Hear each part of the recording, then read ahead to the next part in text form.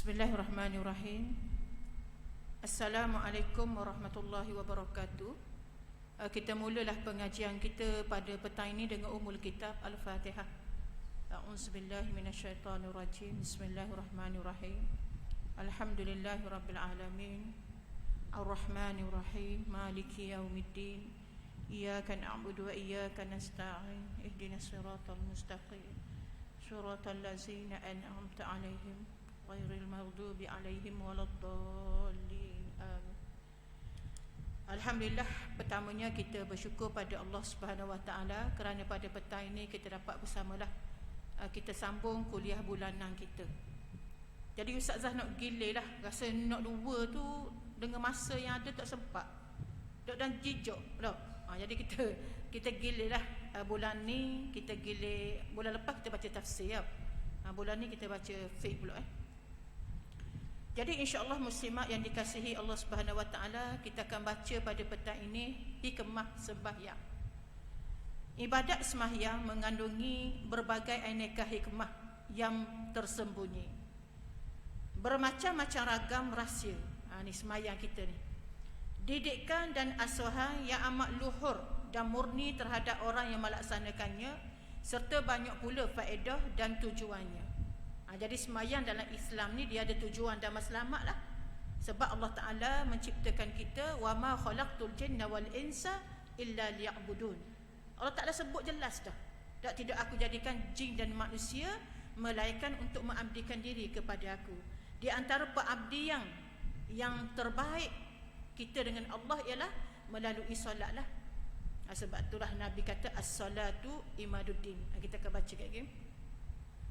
Di sini eloklah disenaraikan tentang hikmah-hikmah, rahsia-rahsia, tujuan-tujuan dan faedah-faedah yang terkandung dalam ibadat sembahyang, supaya setelah kita mengetahuinya nanti kita akan merasa begitu bertuah dan bahagia sekali kerana dapat menerima kurniaan anugerah sembahyang daripada Allah Subhanahu Wa Taala.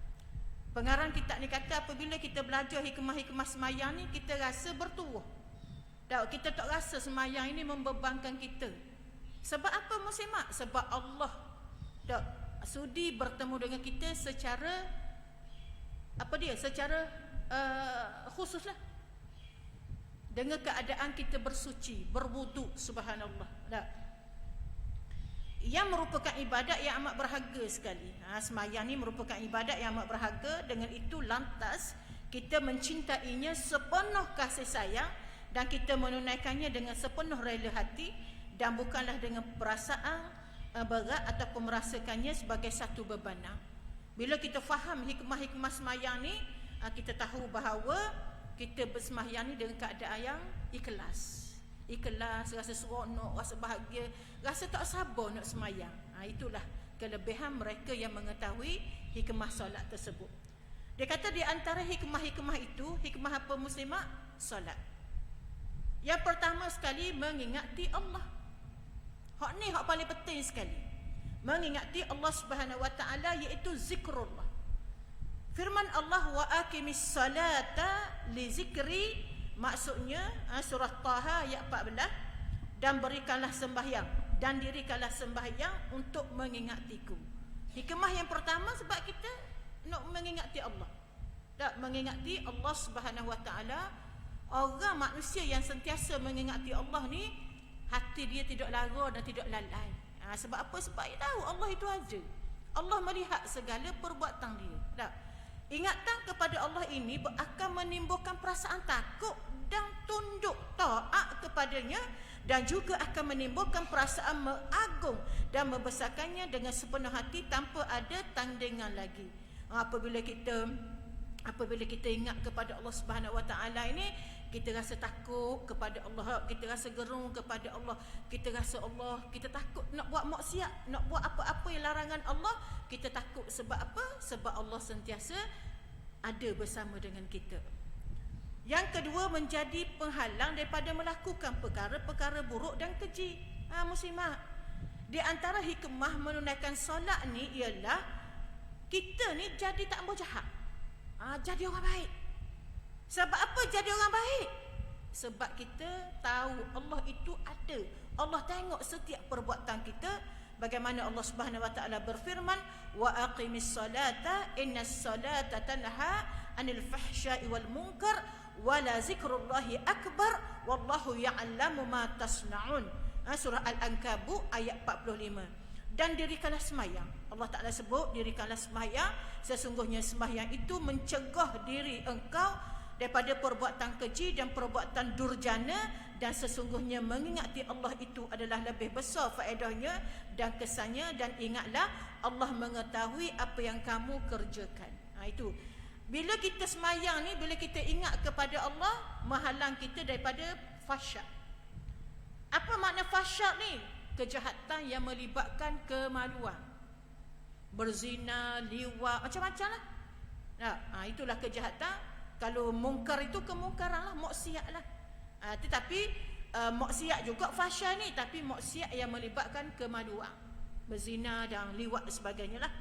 Dia kata, dan ia dengan menghadap Allah paling kurangnya 5 kali sehari semalam, itu akan menimbulkan rasa kehebatan.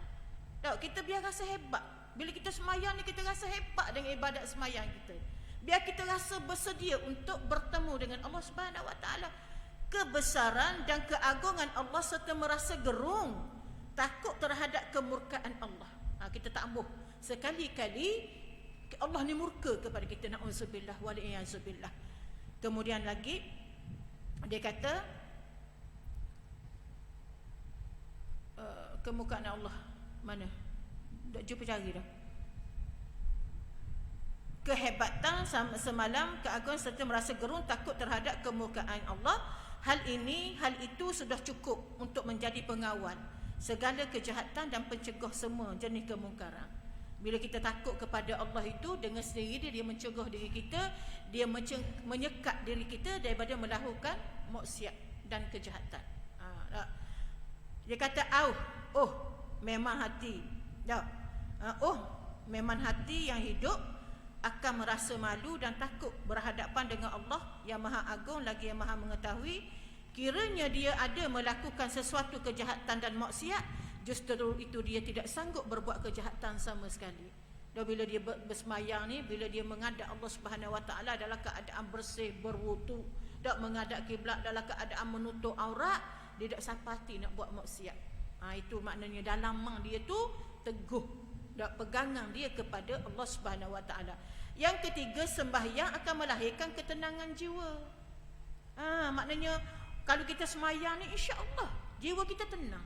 Sebab kita ada hubungan dengan Allah. Ada masa Allah, kita dengan Allah. Tak, kita sembahyang, kita beristighfar, kita sujud, kita rokok pada Allah Subhanahu wa taala, ketenteramang fikiran kita bodok serabut, dok stres. Tak, ni kok stres amu. Kita ni banyak stres. Sebab apa stres? Sebab kita lupa Allah.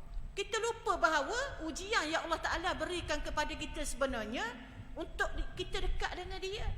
Allah nak buat benda, kita muslimat. Allah wajib sebab kita milik dia. Ikut Allah lah. Apa kita nak fikir-fikir, buat apa Tuhan buat gini kat aku? Tuhan berhak buat apa saja kepada kita sebab kita hamba dia, kita milik dia. Tak, kita milik dia, kita tak ada kuasa nak halang Allah buat apa-apa kepada kita. Kalau kita sedar dirilah, sebab tu kita kena terima apa yang Allah Ta'ala uji kita. Kemudian dia kata sembahyang melahirkan ketenangan jiwa, ketenteraman fikiran hati yang tabah, damai lagi pemurah. Firman Allah Ta'ala, innal insana khuliqa halu'a idza massahu syarru jazu'a wa idza massahu khairu manu'a illal musallin allazina hum ala salatihim daimun. Surah Al-Ma'arij ayat 19 hingga 23. Sesungguhnya Allah Ta'ala sebut itu menciptakan manusia tu bertabiat keluh kesah, halu'a. Memang Allah Ta'ala cipta manusia ni, Allah Ta'ala sebut ni dalam Al-Quran, dalam surah Al-Ma'arij ini, Allah Ta'ala ciptakan manusia ni dalam keadaan halu'a, keluh kesah. Kita kan ada sama ada kena. Serapuk dia kata dia kena dah. Itu memang tabiat manusia dah gitu Allah Ta'ala ciptakan. Kemudian Allah Ta'ala sebut lagi, apabila dia ditimpa kesusahan, dia sangat berkeluh kesah. Kalau Tuhan uji sikit kau siap Tak Tuhan uji susah sikit, Tuhan uji sakit sikit, gok ngerang lebih pada sakit. Tak bangun semayang dah sebab apa? Sakit, demam sangat. Dok ngerang je. Macam bulan tu raya ni. Tak. Dan apabila dia buat oleh kesenangan, dia amat kikir. Ni tabiat manusia ni. Kedekut ni tabiat manusia. Kalau orang boleh lawan dok kedekut pemurah, alhamdulillah lah.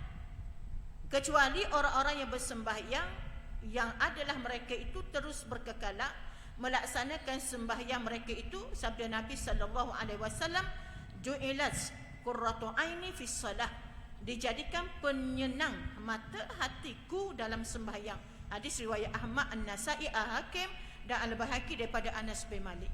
Yang keempat, perbuatan-perbuatan, kelakuan-kelakuan dan bacaan-bacaan dalam sembahyang tu mendidik dan mengasuh seseorang berakhlak mulia seperti ikhlas.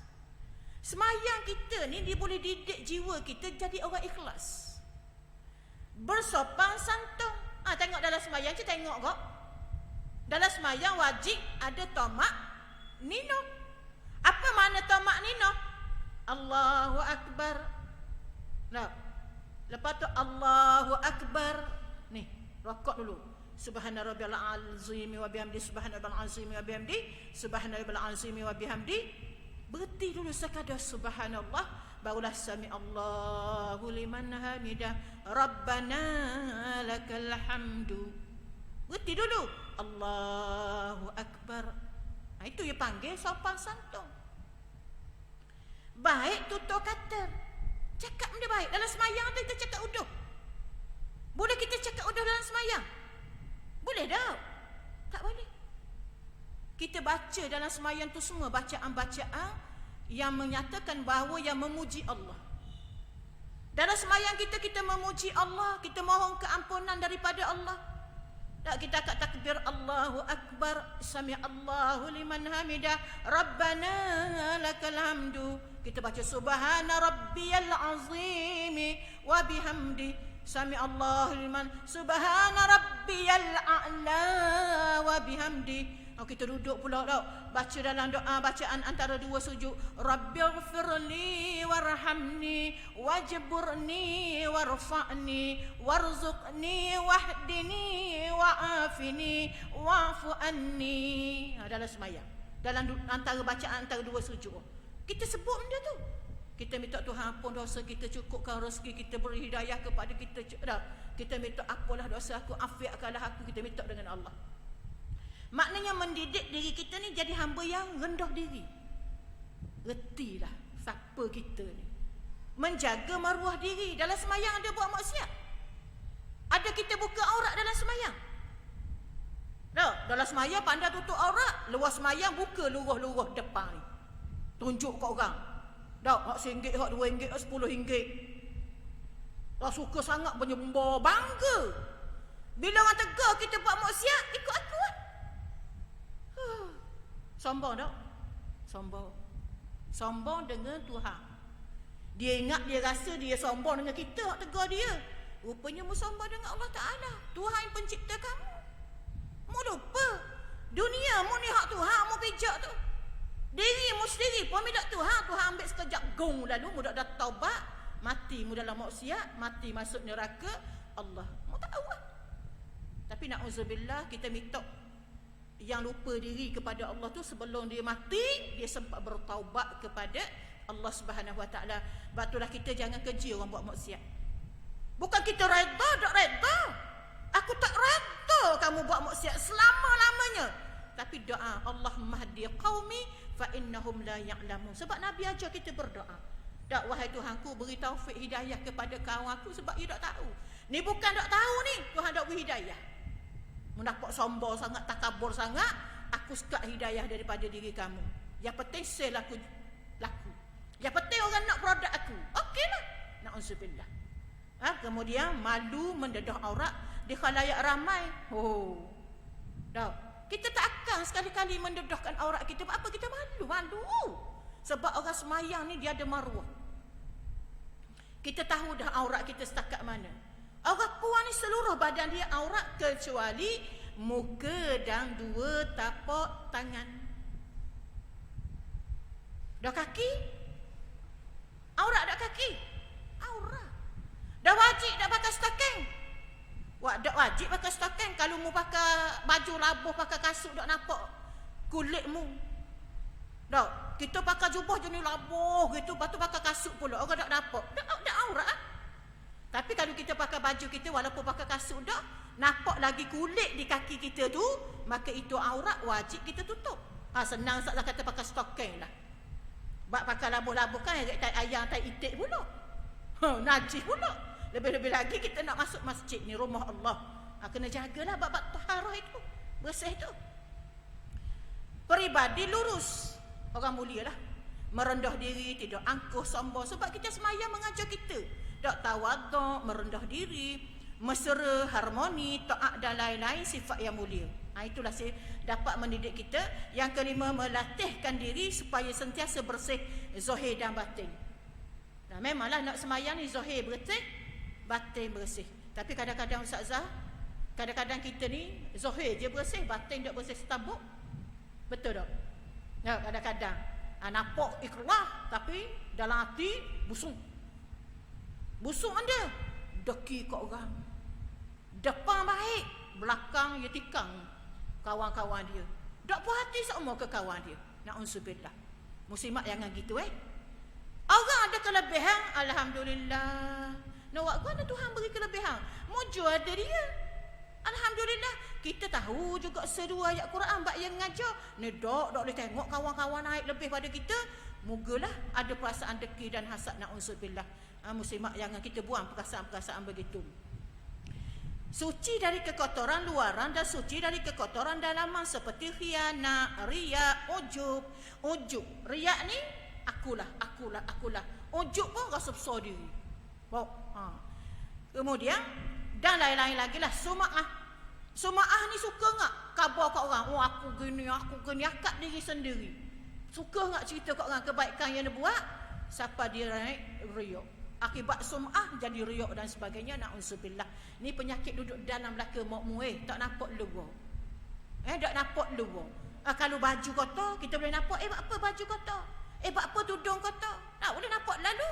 Tapi kekotoran dalam ini hanya Allah yang tahu. Kita kena ingat, walaupun orang tak tahu, tapi Allah tahu. Allah tahu. Dan kemudian dia kata, kemurnian jiwa raga itu dalam diperolehi daripada pembersihan hati dari syirik khafi dan syirik jali. Syirik khafi, syirik jali. Syirik khafi ni hak payah nak jaga. Hak tak adalah riak, ujub, takabur dah.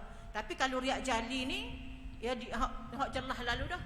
Kita nampak dah sembah berhala, sembah matahari, sembah bulan, sembah pokok besar, sembah macam-macam lah. Dah. Kemudian dia kata, serta kewajipan bersuci dari hadas dan najis. Sebab itulah kita kena fahamlah, tak bersuci daripada hadas najis. Hadas dan najis. Kita ada hadas, ada dua, hadas besar, hadas kecil. Tak hadas kecil ni kita memadai, kita basuh. Tapi hadas besar kita wajib mandi wajib. Najis kena bersih. Pakaian kita semayang, tiba-tiba tengah semayang tak hicap jatuh tank. Tak hicap atas tudung kita ni. Boleh tak kita semayang? Tak boleh, sebab kita menanggung najis. Keluarlah daripada semayang. Niat keluar daripada semayang. Tapi dah kalau kita, bukan air semayang batal. Setengah orang najis pek tak cicak jatuh, dia buang tudung, dia pergi basuh, dia ambil air semayang lain. Apa sakut paut dengan air semayang? Air semayang tak batal. Kalau kita ada air semayang, kita setuh najis pun tak batal air semayang kita. Kita pergi basuh tangan kat kena najis. Kena faham. Yang keenam, dia kata diri dari penjagaan kebersihan dan pergerakan tubuh badan boleh melancarkan perjalanan darah dan menggerakkan aurat saraf. Hal itu dapat menyehatkan dan mencerdaskan badan. Sebab tu kalau kita semayang dengan cara yang baik, kita diri betul. Ya tegak, biar tulang belakang ni tegak. Tahu? Tak boleh muyu ke kanan, muyu ke kiri. Maksudnya kecuali orang uzur. Orang uzur ni orang yang sakit lah. Dia tak boleh diri tegak, dia kena reyok sikit. Reyok dia tak mau duduk atas kursi, tapi dia nak gitu sikit, tak apa, dia bolehkan, tak ada masalah. Tak?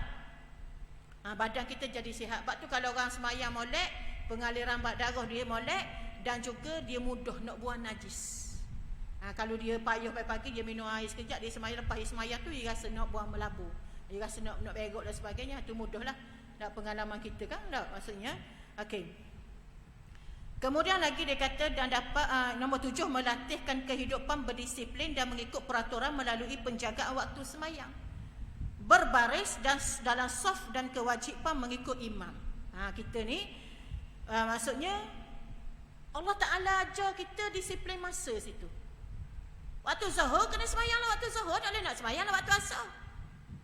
Tahu? Sebab tu kalau kita terlepas waktu zuhur, kita sembahyang dalam waktu asar, dia jadi qada pun tak. Disiplin. Allah Ta'ala ajar disiplin kita. Waktu zuhur, sembahyang zuhur. Waktu asar, sembahyang asar. Masuk waktu maghrib, tak ada dah sembahyang asar waktu maghrib. Sembahyang maghrib pun tak. Masuk waktu isyak, tak ada dah isyak dalam waktu maghrib. Kecuali kita jamak kosong, kita musafir. Itu adalah hadiah Allah Ta'ala kepada kita, kemudahan. Sebab Allah tahu dah musafir ni dalam keadaan payah. Kadang-kadang payahlah musafir, tak tahu apa yang berlaku di tengah jalan dah. Sebab tu Allah rukhsah. Dalam Islam ni banyak rukhsah. Bukan mudah dengan Islam, tetapi Allah Ta'ala bagi rukhsah. Jangan kita buat mudah. Buat mudah tak boleh juga. Tapi benda-benda yang payah, Allah Ta'ala sendiri, hukum syariat sendiri memudahkan urusan orang Islam. Kemudian lagi dia kata, semaya berimam kena ikut imam lah. Jangan gaduh pada imam. Negak Allahu Akbar sama naik dengan imam. Bila imam sebut dulu Allahu Akbar, kita pun baru Allahu Akbar. Tak imam habis dah Allahu Akbar. Biar tak imam habis, kita baru Allahu Akbar. Tak imam naik Sami Allahu liman hamidah, kita pun baru Sami Allahu liman hamidah. Dengar hak imam habis dulu. Ni kok gaduh dia pula tok imam. Makmum pula tukar jadi tok imam. Jangan gaduh. Jangan gaduh. Dia ajar dah disiplin. Jadi jangan gaduh. Kemudian nombor 8, melalui sembahyang berjemaah dan Jumaat menanamkan semangat bersatu padu, bekerjasama dan mahabbah. Dengan itu akan lahirlah masyarakat yang kuat, maju, bahagia dan damai.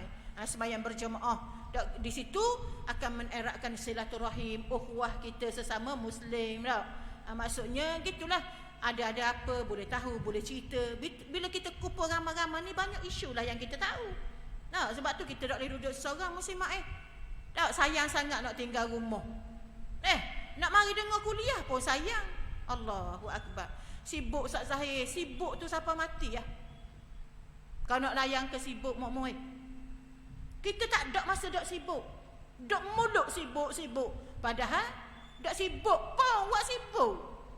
Malah hak nombor 1, nafsu hak nombor 1. Tak ada benda pun dok rumah. Dok kan daripada pagi tak ada duduk rumah sampai ke tengah hari pun dok siap lagi duduk dapur. Allahu Akbar. Kita jangan merugikan waktu yang kita ada. Orang dia nak beramal ni lebih baik, makin baik. Dia kena cari semua ramuan-ramuan yang lebih baik. Kita ni kalau tak belajar, bila kita nak berubah? Betul tak muslimat? Kalau kita tak belajar, bila kita nak berubah? Tak akan berubahnya. Sebab itulah kata kita kena berubah. Nak berubah mana? Belajar.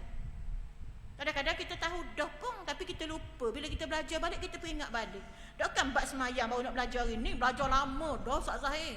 Tapi Alhamdulillah, bila kita belajar lagi, kita makin ingat balik kalau kita belajar tu, kita pun learn ni, kita faham dah. Dulu kita semayang dalam keadaan kita tak faham. Tapi sekarang kita semayang dalam keadaan kita faham. Bila kita faham, kita nak buat yang terbaik. Betul tak muslimah? InsyaAllah kita rasa zuk. Kita rasa kelazatan solat itu. Waktu kita nak hadirkan dalam diri kita, dah semayang daripada muda sampai tua gitu. Kai semayang sudah semayang, berbualan jadah. Berjerakak kai semayang, berkuning-kuning kai semayang. Pasal apa? Allah. Kena ingat tu. Yang 9, hikmah sembahyang yang ke-9, secara tidak langsung sembahyang juga akan menerakkan umat Islam,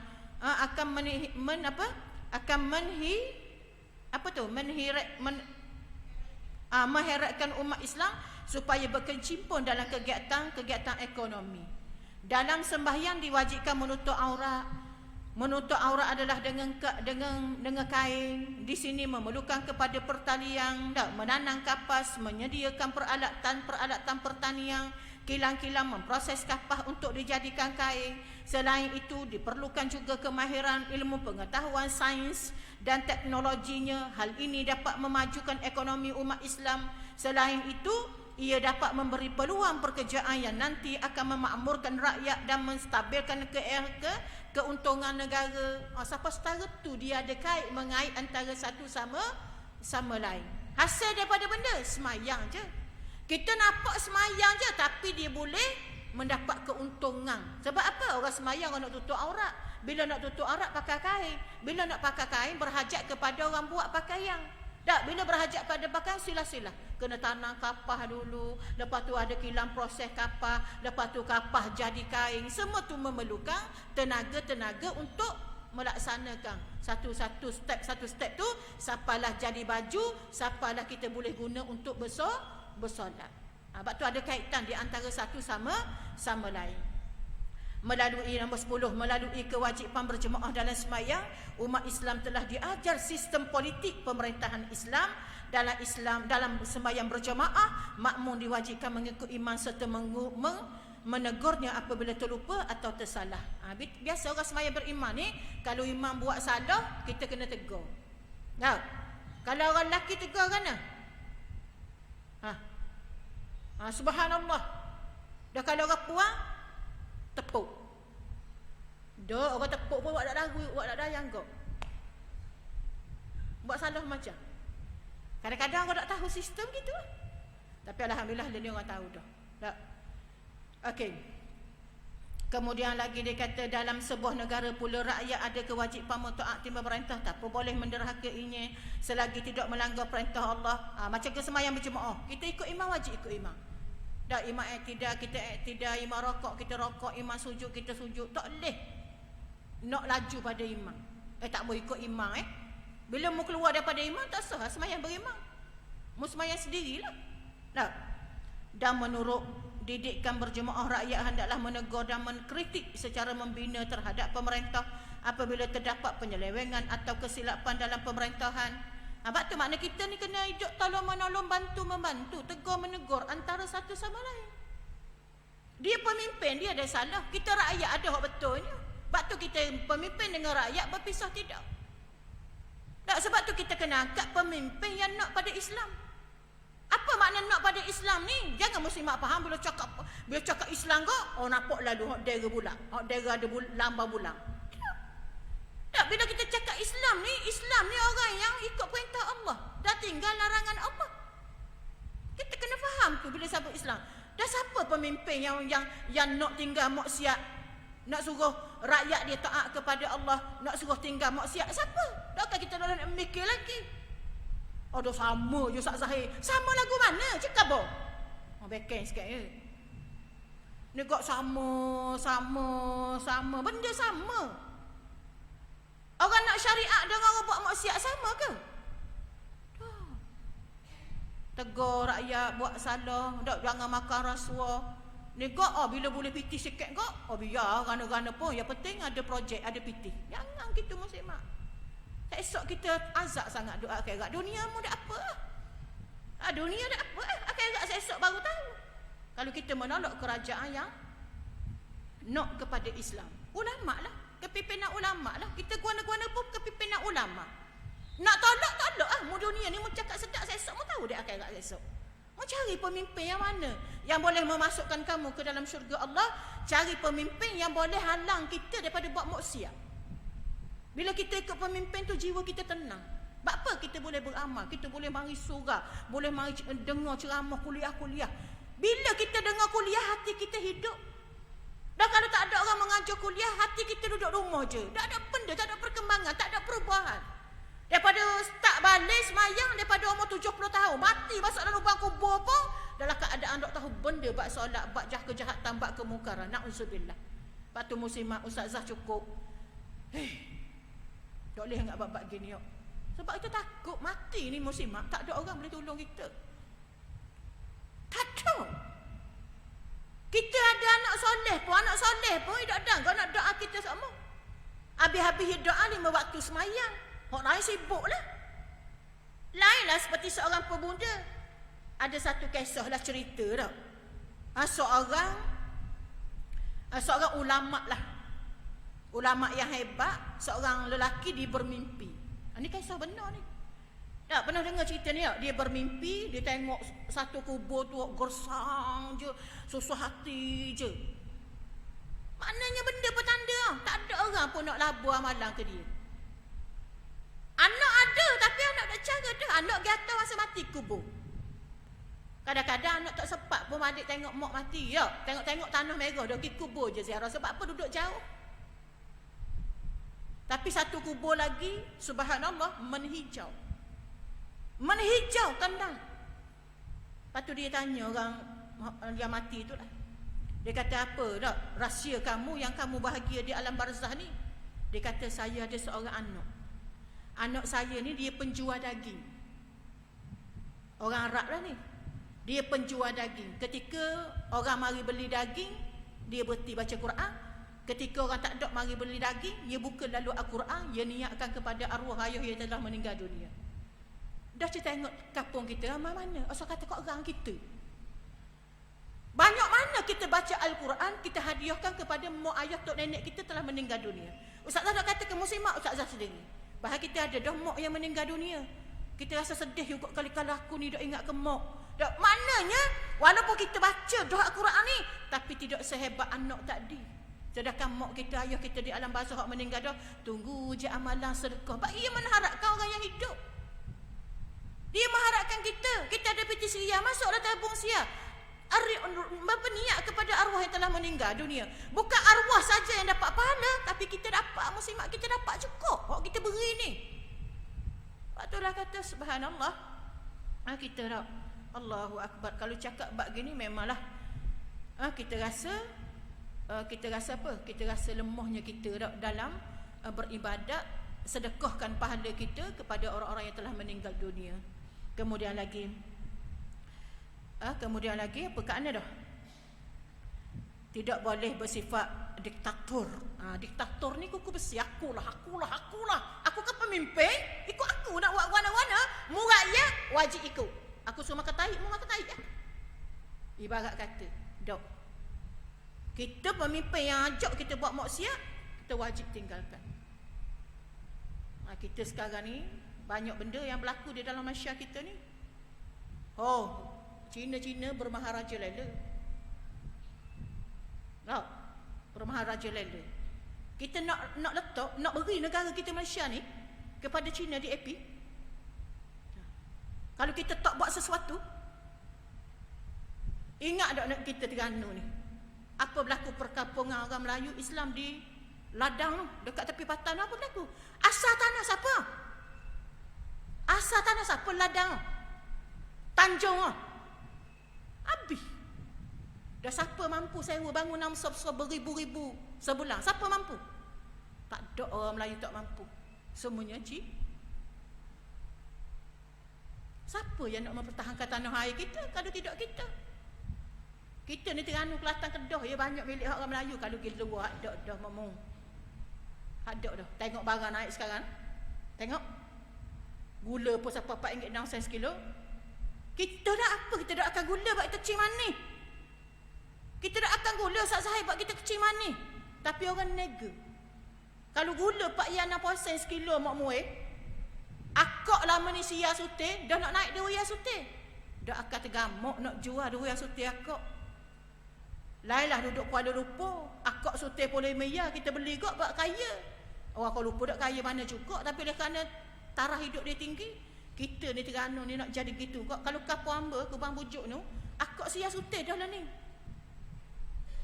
Nak sia sutih dah beli telur mahal, nak gula pula melampau mahal.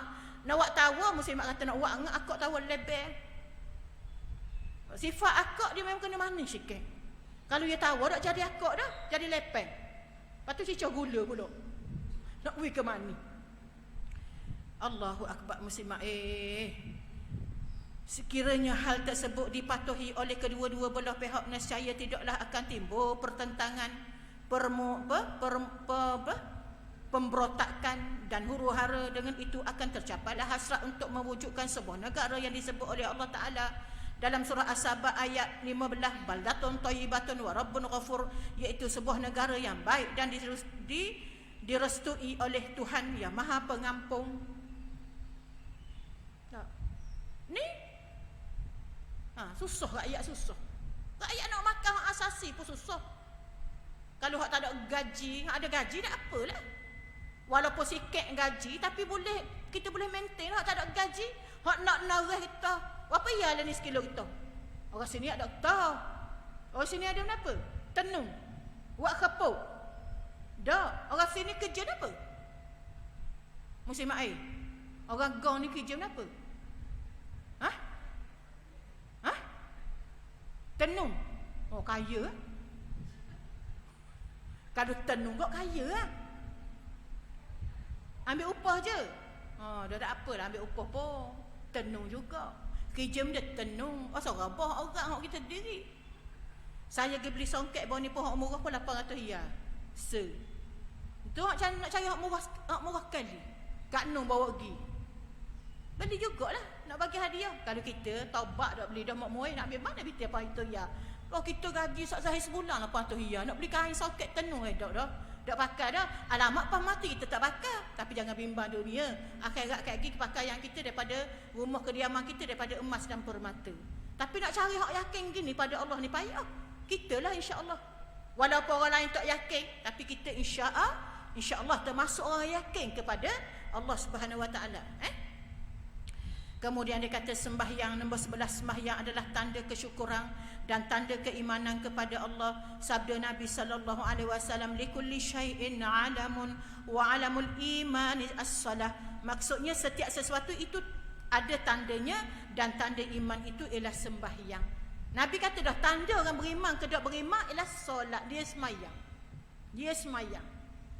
Akhir kata banyak lagi lah hikmah-hikmah yang terkandung dalam ibadat sembahyang. Sama ada yang kita dapat mengetahuinya ataupun tidak, cukuplah dengan apa yang ada disebutkan itu untuk menjadi rangsangan supaya kita mencintai ibadat sembahyang. Banyak hikmah ni.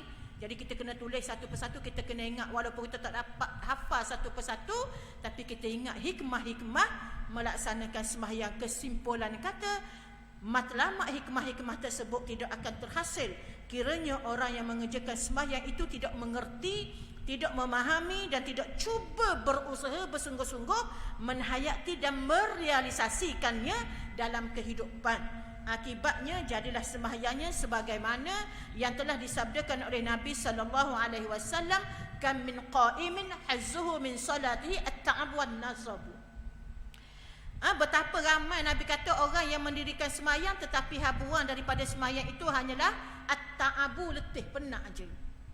Penat lelah dan letih, lesu juga. Hadis riwayat An-Nasa'i, sabda Nabi lagi, malam tanhahu salatuhu anil fahsya'i wal munkar lan yazdad minallahi illa bu'da. Nabi kata sesiapa yang sembahyangnya tidak dapat menghalangnya daripada mengerjakan perbuatan keji dan mungkar, bererti dia bukan bertambah dekat dengan Allah, melainkan dia semakin bertambah jauh daripada Allah. Hadis riwayat Ali bin Ma'bad dan juga At-Tabrani wal-iyazubillah. Kalau sembahyang jahat juga, maksudnya sembahyang tu tak dapat memberi apa-apa perubahan daripada dia, itu petanda tu sembahyang dia tidak diterima Allah.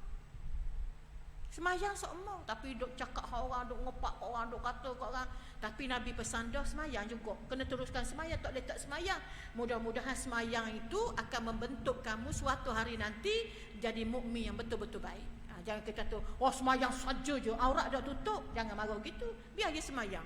Lama-lama insya-Allah berkat sembahyang tu dia dapat menutup aurat. Sebab tu kita kena banyak doa. Kita doa banyak-banyak. Tengok orang saksi-saksi, Allah, orang mana tu, orang laut mana, orang darat, dia kata. Jangan kata gitu, je berasa hati. Kita kata, salam baik dengan dia, sambut baik dengan dia. Rambut merah, pakai bicu sama dengan rambut merah, beg merah, baju pun merah. kasut pun merah, nasi tak ada kubah juga untuk nasi. Kalau ada kubah, berambak kubah dah mak muai. Tahu? Tapi kita rasa kata, "Oh, buat apa teruk sangat dah." Kita kata kita tegur macam biasa. Jangan tengok pula atas bawah, atas bawah, atas bawah. Dia suka pula kita tengok atas bawah, atas bawah. Jangan menunjukkan satu reaksi yang pelik dah. Kita salah dengan dia, kita baik dengan dia. Kita baik dengan dia sebab tak amanah kita ni muslimat, kita berdakwah. Kita berdakwah. Hak tukang beri hidayah Allah. Kita ingat molek ah. Ni kita tegur orang, "Ustaz Sahih, tak dengar sungguh, tak nak tegur dah." Tegur. Sebab kita bukan pemberi hidayah kepada manusia. Tapi kita tukang ajak manusia. Rasulullah dia ajak manusia beriman kepada Allah. Siapa Rasulullah kecewa sebab orang tak ingat, tak ikut dia, Allah Ta'ala turun wahyu, "Wahai Rasulullah, mu jangan kecewa, mu jangan putus asa, mu jangan rasa susah hati. Hidayah ni milik aku." Allah Ta'ala tegur Nabi. Dah kita bukan Nabi ni. Kita bukan Nabi. Lebih lagi orang tak boleh ikut kita. Tapi kita insya-Allah dakwah tu tanggungjawab kita. Bukan nanti ustazah muslimat pun kena berdakwah, ajak orang melakukan ketaatan kepada Allah. Itulah di antara hikmah-hikmah dan rahsia-rahsia solat. Semoga dengan mengetahui dan mengerti tentang hikmah-hikmah dan rahsia-rahsia solat itu akan membuatkan kita bertambah cinta terhadap ibadat ini dengan taufik hidayah dan inayah Allah Subhanahu Wa Taala, dan seterusnya akan menjadikan kita khusyuk dalam menunaikannya. Dengan itu insya-Allah kita akan termasuk dalam golongan yang telah disebutkan oleh Allah Subhanahu Wa Taala dalam firman-Nya, "Qad aflahal mu'minun allazina hum fi salatihim khashi'un." Ayat 1 hingga 2 dalam surah apa ni? Qad aflahal mu'minun tu dalam surah Al-Mu'minun lah. Allah Ta'ala kata, "Sesungguhnya beruntunglah orang-orang yang beriman, iaitu orang-orang yang khusyuk dalam sembahyang mereka. Wallahul muwaffiq." InsyaAllah. Dan semoga kita termasuk dalam golongan orang yang berjaya. Subhanallah. Hukum meninggalkan sembahyang. Dosa dan hukum orang yang meninggalkan sembahyang. Orang yang meninggalkan sembahyang fardu adalah amat buruk dan sangat keji sekali. Malahan ianya terlebih keji daripada iblis. Orang yang tinggal sembahyang ni, dia lebih keji daripada iblis lagi. Kerana si iblis hanya enggan sujud kepada Nabi Adam alaihissalam dan merupakan makhluk. Tetapi orang yang meninggalkan sembahyang itu adalah seorang yang enggan bersujud kepada Allah Subhanahu Wa Taala sendiri, yang merupakan khaliq. Sombong manusia ni. Yang tak bersujud kepada Allah ni, dia adalah manusia yang sombong dan takabur kepada Allah yang menciptakan dia. Sedar tak? Allah tu pencipta kita. Kita asal tak ada, tapi Allah Ta'ala izinkan kita berada atas muka bumi. Tiba-tiba kita rasa hak kita belaka, kita sombong, kita takabur. Perintah Allah kita tak ikut. Tak? Kita tak ikut perintah Allah. Allahu Akbar. Besar tak dosa? Allahu Akbar. Subhanallah. Kalau kita faham betul-betul muslimat. Kita ngupat, Tuhan marah ngupat. Patutnya kita kena tinggalkan ngupat. Kita tinggal maksiat. Sebab apa kita tinggal maksiat? Sebab Tuhan kita marah buat maksiat. Kita buat taat sebab apa? Kita semayang sebab Tuhan kita suruh kita semayang. Kita tutup aurat sebab apa? Kita tutup aurat sebab Tuhan kita suruh kita tutup aurat. Bukan kerana siapa-siapa, tapi kita buat kerana Allah. Kita mari belajar. Kita mari belajar ni bukan nak suruh orang ramai mari belajar, tak. Sebab ia kewajipan Allah Ta'ala. Nabi sebut kita wajib belajar. Sebab kita bila kita belajar, kita dapat membentuk, mendidik diri kita jadi orang alim. Orang alim mulia di sisi Allah. Orang yang jahil tak mulia di sisi Allah. Sebab dia sombong dan takabur. Sebab dia tak mau menuntut ilmu, tak mau belajar. Allahu Akbar. Kalau kita duduk selidik gitu, ramai mana orang yang tidak bertanggungjawab dengan amanah yang Allah Ta'ala berikan kepada mereka. Kemudian lagi dia kata, justru itu dosa meninggalkan sembahyang itu amat besar sekali. Dan di akhirat nanti si yang meninggalkan sembahyang itu akan dimasukkan ke dalam neraka. Na'udzubillah. Bukan nanti saya esok masuk dalam neraka muslimat. Dah. Mati pun dipatuk oleh ular. Nabi sebut nama Syuja'ul Aqra', yang mana ular ni sebesar tengkok unta, panjang dia 30 sebulan perjalanan. Panjang ular tu sebulan perjalanan. Kita jalan kaki 30 hari. Agak sampai kat mana? Panjang ular tu setara tu. Yang tunggu dalam alam kubur. Mematuk-matuk hamba Allah yang tidak solat. Dah. Allahu Akbar. Subhanallah. Tapi ramai manusia yang tidak nampak. Allahu Akbar. Allah Ta'ala telah menceritakan dalam Al-Quran bahawa ahli syurga ashabul yamin. Kita baca dalam surah apa muslimat? Kita baca dalam surah Al-Waqi'ah, dia banyak sebut ashabul yamin. Tak, ashabul shimal. Ashabul yamin tu ahli syurga lah. Ashabul shimal tu ahli neraka lah. Na'udzubillah. Allah Ta'ala sebut di dalam Al-Quran, ma salakakum fi saqar qalu lam naku minal musallin. Surah Al-Mudassir ayat 42 dengan 43. Maksudnya, apakah yang menyebabkan kamu masuk neraka? Tak, malaikat penjaga neraka tu. Apa nama malaikat yang menjaga neraka? Nama apa malaikat jaga neraka? Malik. Ma salakakum fi saqar. Apakah yang menyebabkan kamu ni dilemparkan dalam neraka sakar ini? Mereka jawab apa? Qalu lam naku minal musallin. Ahli neraka khabar, aku ni bukan di kalangan orang yang sembahyang. Tapi nak dapat hidayah benda gini ni bukan senang. Allah bersyukurlah muslimat sebab kita sembahyang. Orang sembahyang pun boleh masuk neraka juga. Allah Ta'ala sebut, wawailul lil musallin allazina hum am salatihim sahun. Dah bila kita tak lara dalam semayang? Kalau ikut kita tak masuk dalam ahli neraka juga. Na'udzubillah ya Allah. Abang itulah belajar betul-betul muslimah. Baca betul-betul semayang. Semayang ni ibadat zahir, ibadat batin. Banyak istighfar, banyak bertaubat. Banyak itu apa dengan Allah Subhanahu Wa Taala. Allahu Akbar. Sebab apa? Nak bersih hati, sebab nak dapat semayang yang khusyuk. Kita kena at-tafahum, kena faham benda perbuatan dalam solat. Daripada akad takbir sapalah salam yang pertama, kita kena faham betul-betul muslimah yang dirahmati Allah Subhanahu Wa Taala. Belajar siapa mati. Belajar siapa mati. Jangan jemu belajar. Minta dengan Allah Taala, ya Allah beri hidayah aku ni nak belajar, ya Allah aku nak belajar semua. Minta dengan Allah Taala. Kemudian muslimat yang dikasihi Allah Subhanahu Wa Taala, kami dahulu bukan daripada golongan orang-orang yang sembahyang. Daripada Abdullah bin Umar radhiyallahu anhuma, daripada Nabi sallallahu alaihi wasallam, bahawa di suatu hari baginda menyebut tentang sembahyang, lalu baginda bersabda, man hafaza 'alaiha kanat lahu nura wa burhanan wa najatan yaumal qiyamah wa man lam yuhafiz 'alaiha lam yakun lahu nuran wa burhanan wa la najatun wa kana yaumal qiyamati ma'a qarun wa fir'aun wa haman wa ubay bin khalaf. Maksudnya, sesiapa yang memelihara sembahyang, ni Nabi sebut, siapa yang memelihara sembahyang, nescaya sembahyangnya menjadi nur untuknya, ketandaan iman dan kelepasan daripada neraka pada hari kiamat. Orang sembahyang ni petanda dia tidak berhak dicampurkan ke dalam neraka Allah. Sebab apa kita tidak dimasukkan dalam neraka? InsyaAllah kita lah. Sebab kita sembahyang, sebab kita jaga sembahyang. Hafz. Nabi kata apa? Hafaz. Orang jaga semayang. Bukan semayang saja, tapi jaga semayang. Semayang yang berkualiti.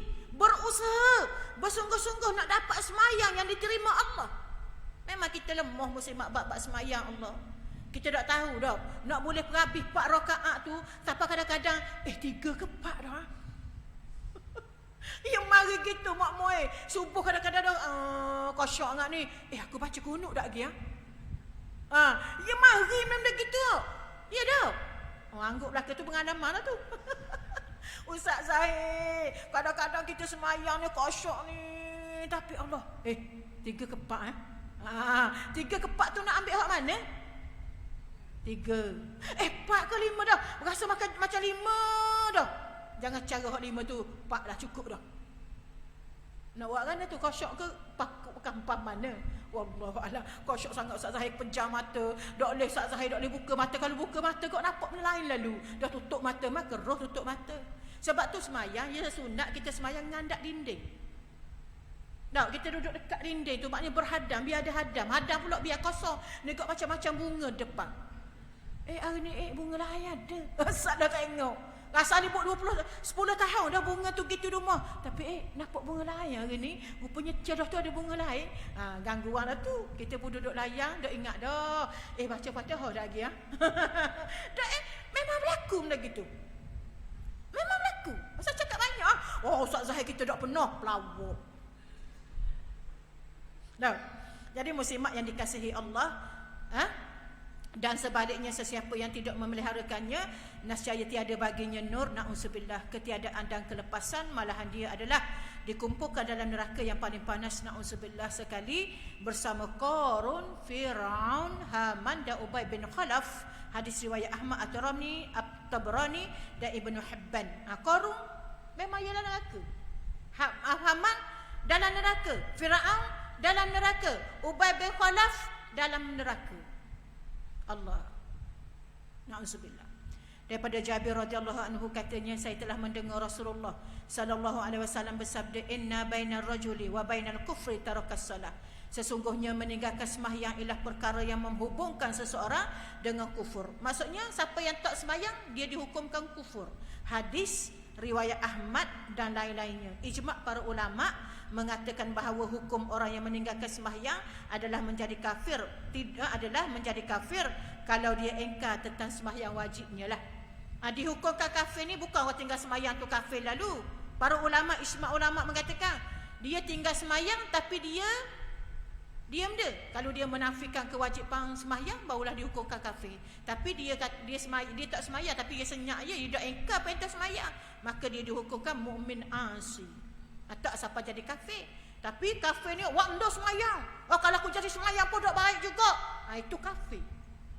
Banyak orang cakap gitu. Tak. Banyak orang cakap gitu. Ya rupa tu, ya kafir. Kena ngucap mula. Kalau kita kata kafir, ya Allah, pandai hukum kau ambil kerja Tuhan. Aku dah ambil kerja Tuhan. Perbuatan tu membuatmu jadi kafir. Sebab tu nak keluar daripada Islam ni, perbuatan kita, mulut kita tu yang cakap molek ke. Tindak tanduk kita. Tak, kita masuk dalam tempat-tempat penyembahan orang-orang kafir, kita buat upacara ibadat-ibadat orang kafir. Hati-hati.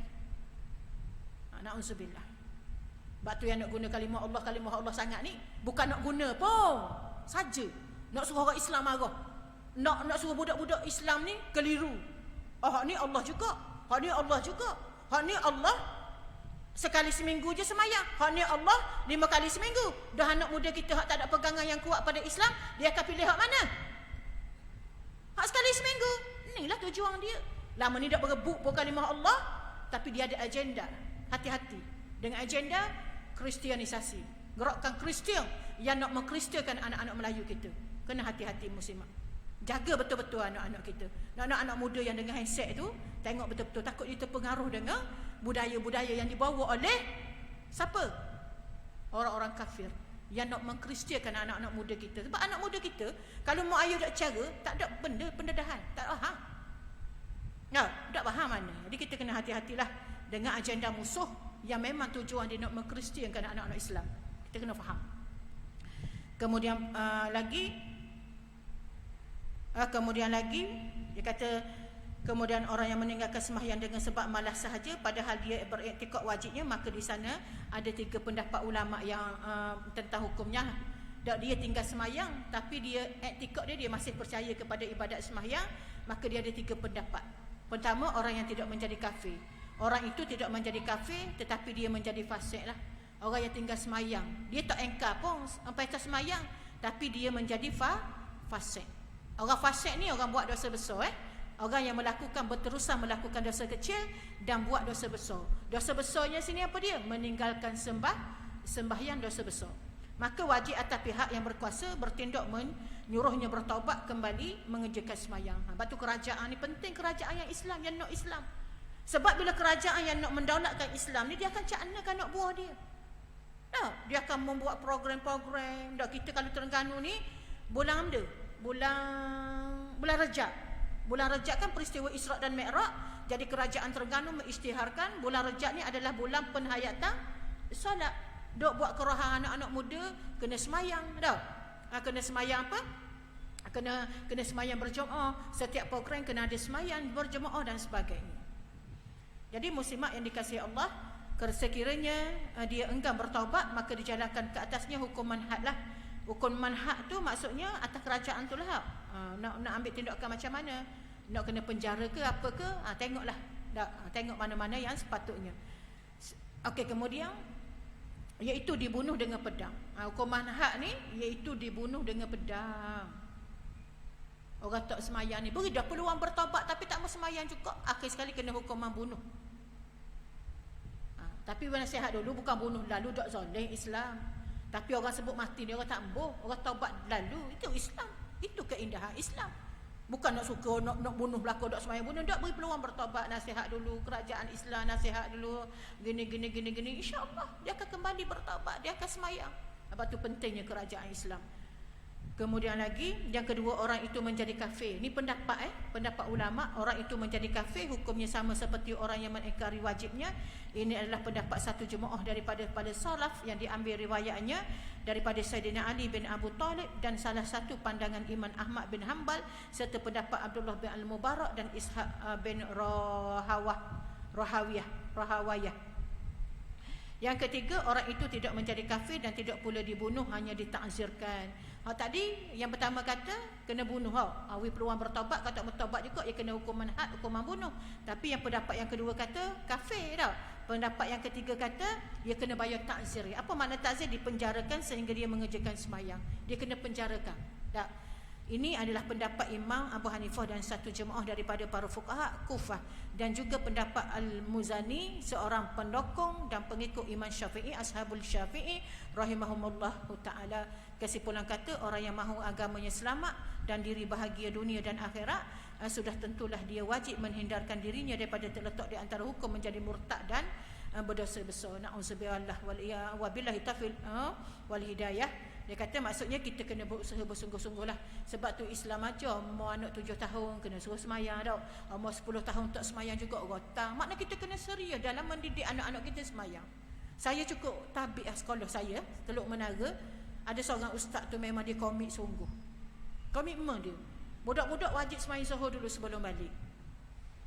Dah pesan ke mak ayah, kecuali mak ayah tak boleh tunggu anak, kita bagi pelepasan lah. Semayang cikgu-cikgu lelaki bagus, satu hati dia semayang berjemaah dulu di surau sekolah sama dengan anak-anak murid. Allahu Akbar, bagus. Maknanya kita kena ambil jalan macam tu lah. Nasihat semua ke murid, maknanya kita sebagai guru gitulah. Tapi di rumah mak ayah pula kena cakna, tok pun kena cakna. Kadang-kadang anak-anak kita sibuk dah, cucu-cucu kita bahaya kali, kita kena pastikan dia orang solat. Dan sampai yang besar dah apalah.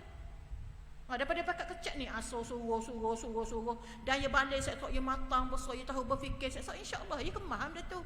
Tapi kalau dok daripada kecil lagi tak didik tak apa, maka tak kemahlah dia dak. Siapa pula kan anak-anak kita dak, ke cucu-cucu kita, kalau kita tak bimbing dia, siapa lagi nak bimbing dia? Kitalah pembimbing mereka untuk mereka masuk syurga Allah Subhanahu Wa Taala. Sebab tu pentingnya lah orang yang berilmu ni. Dulu orang kata, ngajar siapa Mesir, ngajar sekolah rendah. Muslimat, ustazah memang rasa tak kisah pun ngajar siapa Mesir, ngajar sekolah rendah. Tak kisah pun. Sebab apa? Pentingnya fikrah guru-guru yang ada pendidikan agama, bukan sekadar pendidikan agama, tetapi ada kesedaran untuk mendidik anak-anak kita daripada peringkat sekolah rendah lagi, peringkat pra lagi. Sebab kita bawa jiwa Islam. Ustazah ngajar pra, muslimat ngajar pra. Bila kita mengajar, kita tahu pendekatan kita nak bawa ke arah mana. Jadi muslimat pentingnya kita jaga semayang. Sebab semayang ni muslimat kena ingat hubungan kita dengan Allah secara khusus. Memang 24 jam hidup kita tak boleh pisah Allah, tapi semayang ni kita jadi tetamu khas Allah dalam keadaan yang cukup. Kita penuh istiadat masuk menghadap Allah dalam keadaan bersih zahir dan batin, insya-Allah. Jadi muslimat yang dikasihi Allah Subhanahu Wa Taala, rasanya setakat itu dulu untuk petang ni. Mudah-mudahan Allah merahmati kita, mudah-mudahan Allah memberkatilah kelas kita pada petang ini, insya-Allah. Semoga Kak boleh beli buku Kak Georg. Saya rasa insya-Allah lah bulan depan kita akan baca tafsir pula, tafsir Al-Kahfi kita, dan kita akan sambunglah pula kita gila-gila lah. Muslimat tak ingat bawa dua-dua, bukan berat pun. Buku surah Al-Kahfi tu sikit sajalah. Jadi insya-Allah ada apa-apa tak muslimat nak tanya, saya buka soalan dalam 5 minit kot, dalam 2 minit, seminit lah. Ada apa nak tanya? Kita masuk pula bulan depan sekali lagi qada solat qada solat.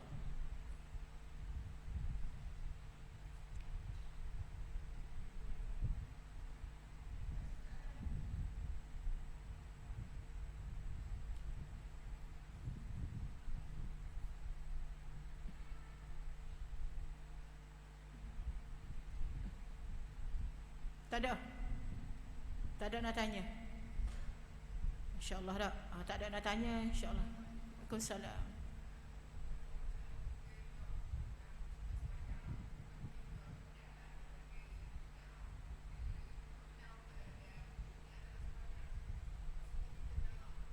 Nak hindar benda-benda gitu.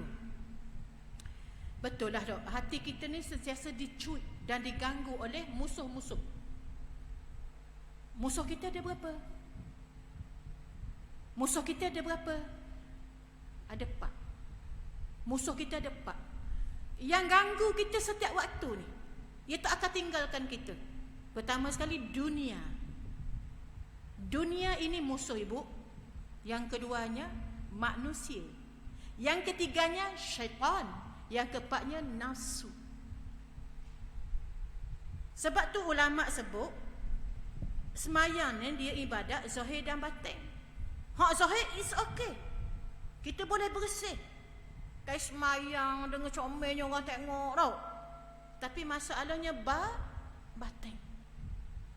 Jadi ulama sebut untuk selamat, untuk dapatkan semayang yang khusyuk ini, tazkiyatun nafsi batin kita jaga daripada ada perasaan-perasaan syirik-syirik yang khafi tu buang. Macam mana nak buang penyakit hati ni? Bertaubat daripada dosa. Pertama sekali, bertaubat daripada dosa. Di antaranya juga orang yang payah nak khusyuk dalam sembahyang ni, dia ada dosa. Sebab dosa penghalang hidayah Allah. Muslimat kena ingat, jangan pandai enteng dengan dosa. Dosa banyak, dosa mengumpat paling susah nak buang. Dah, dosa mengumpat ni, dosa kita dengan orang, kita wajib minta maaf dengan dia. Ustaz Zahir takut nak minta maaf. Memang kita takut nak minta maaf. Dah mu kata nak ke dia pandai-pandai mungkin minta maaf. Gunalah cara kaedah macam mana. Sebab itulah ulama sebut lagi di antara nak khusyuk juga, hati ni memang wajib kena bersih, usaha sungguh-sungguh. Dan di antaranya lah at-tafahum dalam semayang. Apa makna at-tafahum muslimat? Kena faham. Kena faham benda yang ada dalam semayang tu, perbuatan kita. Kan semayang kita dia ada 3 rukun besar. Rukun fi'li, rukun qalbi, rukun qauli. Rukun qalbi benda, rukun hati. Rukun hati benda, niat dan juga tertib. Lepas tu rukun qauli kita, bacaan kita dalam semayang. Jangan baca macam burung tiung. Ke burung dia cakap, sekong, sekong, sekong. Burung dia tiung tau. Ke burung dia panggil mak muai. Dok tahu awak mogong untuk nasib ni. Dok bela burung. Burung dia kalau pergi mau dia tu, Assalamualaikum, Assalamualaikum. Burung tiung tau. Ke burung dia mak muai. Ya. Maknanya biar bacaan kita dalam semayang tu kita faham.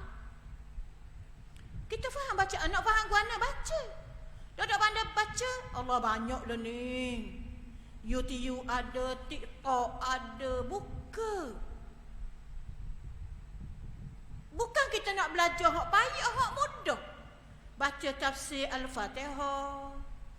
Walaupun kita tak boleh tafsir macam Ustaz Zah, kita faham benda ada dalam semayang. Masa kita kat takbir tu, kita hadirkan khusyuk dah. Hudurul qalbi, ulama kata nak khusyuk hati kena ada. Kita sebab tu dalam semayang dia ada tamak nino. Kita kena sedar perbuatan masa kat takbir, masa iktidal, masa rokok, masa sujud. Penting yang sangat muslimat yang dikasihi Allah Subhanahu. Dalam semayang tu kita kena rasa ta'zim. Apa makna ta'zim? Kita membesarkan Allah. Dalam semayang kita kena ada perasaan khauf, takut. Dalam semayang ni nak lara-lara hati, kita kena ada perasaan rajaun, pengharapan. Sebab tu kita kena banyak beristighfar. Taubat paling penting sekali, beristighfar banyak. Astaghfirullahalazim. Tak, kalau ingat mak panjang, istighfar kubra. Sayyidul istighfar. Ya Allahumma anta rabbi la ilaha illa anta khalaqtani wa ana abduka wa ana ala ahdika wa wa'dika mastata'tu a'udzubika min syarri ma sana'tu abu'u laka bi ni'matika alayya wa abu'u bi zambi faghfirli fa innahu la yaghfiru dzunuba illa anta. Ada dalam Al-Ma'surah. Baca mau baca. InsyaAllah banyak lagi lah yang boleh kita buat. Kita istighfar banyak-banyak, insyaAllah. Allah tahu, Allah akan bantu kita. Dalam bab-bab gini Allah ada untuk sentiasa membantu kita. Jadi muslimat, kita berhati-hati tengok muslimin ramai tu dia buka pintu tu, suruh cerah nampak. Jadi yang baik itu datang daripada Allah Subhanahu Wa Taala. Yang lemah itu adalah kekurangan diri Ustazah sendiri. Minta maaf banyak. Wabillahi taufiq wal hidayah. Assalamualaikum warahmatullahi wabarakatuh. Kita tutuplah kuliah kita dengan tasbih kafarah dan suratul asri. Subhanakallahumma wa bihamdik asyhadu an la ilaha illa anta astaghfiruka wa atubu ilaik. Bismillahirrahmanirrahim. Wal 'asri innal insana lafi khusr illa allazina amanu wa amilus solihat wa tawasaw bil haqqi wa tawasaw bis sabr. Terima kasih semualah kepada muslimat dan juga sahabat-sahabat TikTok yang bersama dengan Ustazah pada petang ni. InsyaAllah terima kasihlah kerana sudi bersama. Wabillahi taufiq wal hidayah. Wassalamualaikum warahmatullahi wabarakatuh. Jadi di sini Ustazah nak umumlah minta satu pengumuman muslimat. Sebenarnya Ustazah dalam usaha cari apa dana cari untuk budak-budak belajar ke Tunisia dan Aceh lah. Kalau muslimat nak bagi sumbangan apa, boleh aku take sikit tau. Setakat yang ada lah. Budak pelajar Kudeki dekat Kubang Lembek, dia orang nak sambung belajar. Ke Tunisia ada dan ke Aceh ada. Jadi dia orang minta tolong Ustazah cari sumbangan lah, sedikit sebanyak. Jadi Ustazah bukalah ni peluang kita menderma, insyaAllah dah bantu anak-anak kita nak belajar, insyaAllah. Terima kasih banyak muslimat. Assalamualaikum warahmatullahi wabarakatuh. Baik. Udah.